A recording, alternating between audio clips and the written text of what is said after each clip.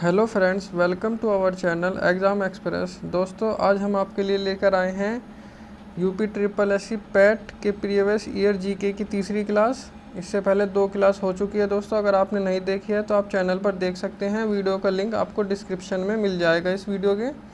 तो चलिए बिना किसी देरी के शुरू करते हैं क्लास को।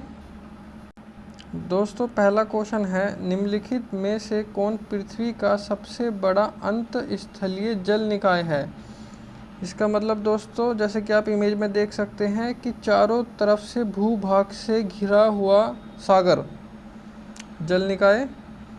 तो इसका सही उत्तर है दोस्तों कैस्पियन सागर। इसके अलावा अगर आपसे कभी क्वेश्चन में पूछा जाए कि दुनिया की सबसे बड़ी खारे पानी की झील, तो उसका भी सही उत्तर दोस्तों कैस्पियन सागर ही होगा।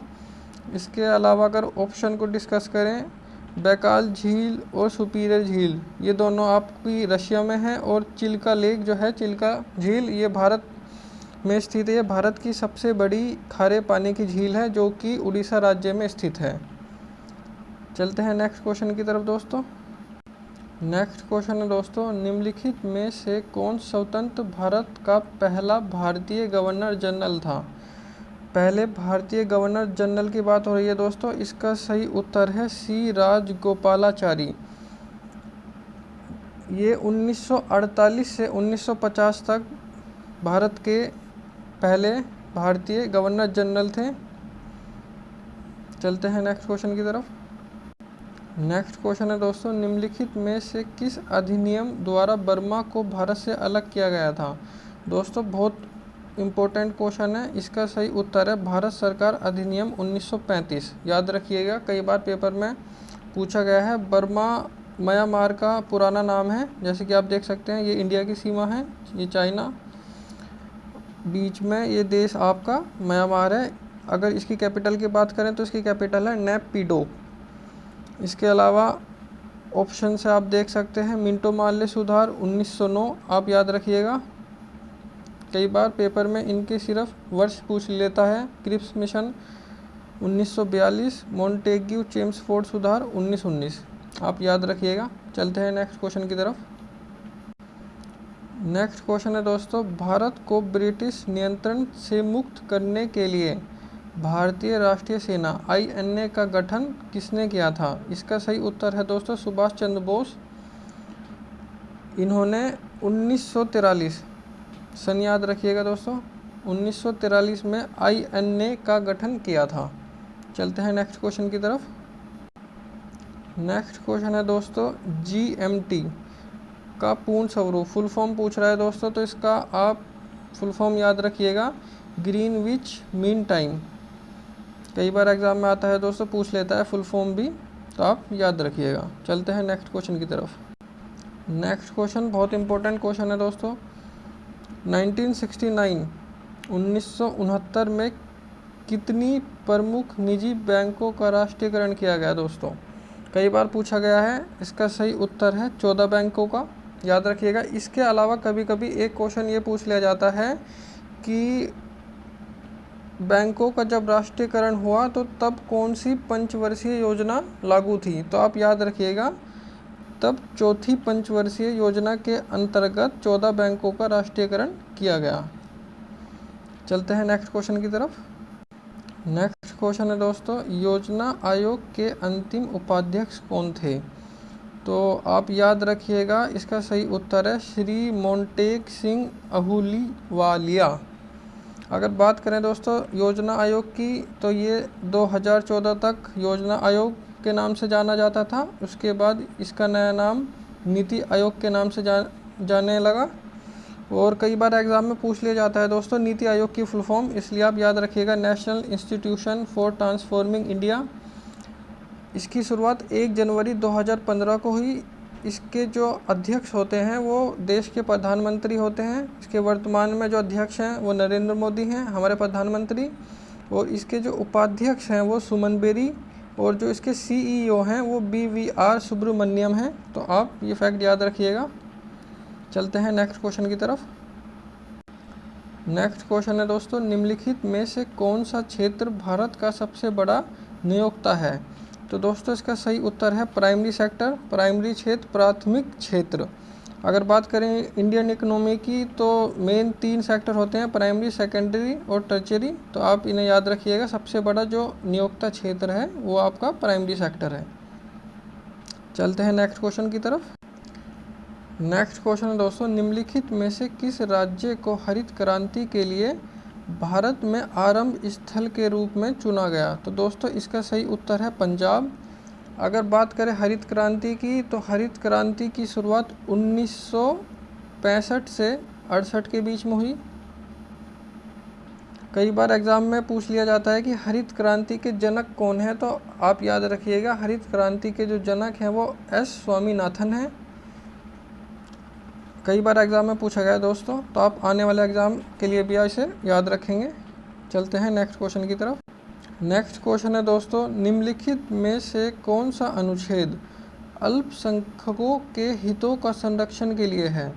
तो दोस्तों इसका सही उत्तर है अनुच्छेद 29, आप याद रखेंगे। इसके अलावा अगर और ऑप्शन को डिस्कस करें तो अनुच्छेद जो 14 है, आर्टिकल 14, ये समानता के अधिकार को दर्शाता है। और अगर बात करें अनुच्छेद 19 की तो ये स्वतंत्रता के अधिकार को दिखाता है।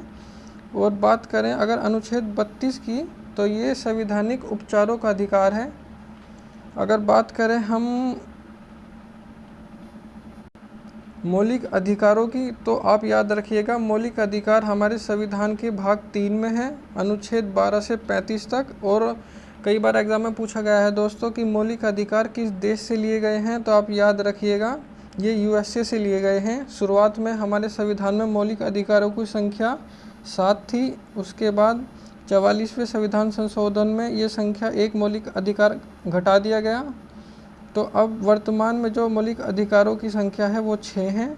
संपत्ति के अधिकार को मौलिक अधिकार से निकाल कर संविधान के अनुच्छेद 300 क में डाल दिया गया। तो आप याद रखिएगा वर्तमान में पूछता है तो 6 है संख्या, और अगर स्टार्टिंग में पूछता है तो भारत के संविधान जब लागू हुआ था तब मौलिक अधिकारों की संख्या 7 थी। तो आप याद रखिएगा इस फैक्ट को। चलते हैं नेक्स्ट क्वेश्चन की तरफ। नेक्स्ट क्वेश्चन है दोस्तों, 42वें संविधान के माध्यम से संविधान में कौन सा नया डीपीएसपी मतलब राज्य के नीति निर्देशक सिद्धांत को जोड़ा गया? तो दोस्तों इसका सही उत्तर है सामान्य न्याय और निःशुल्क विधिक सहायता।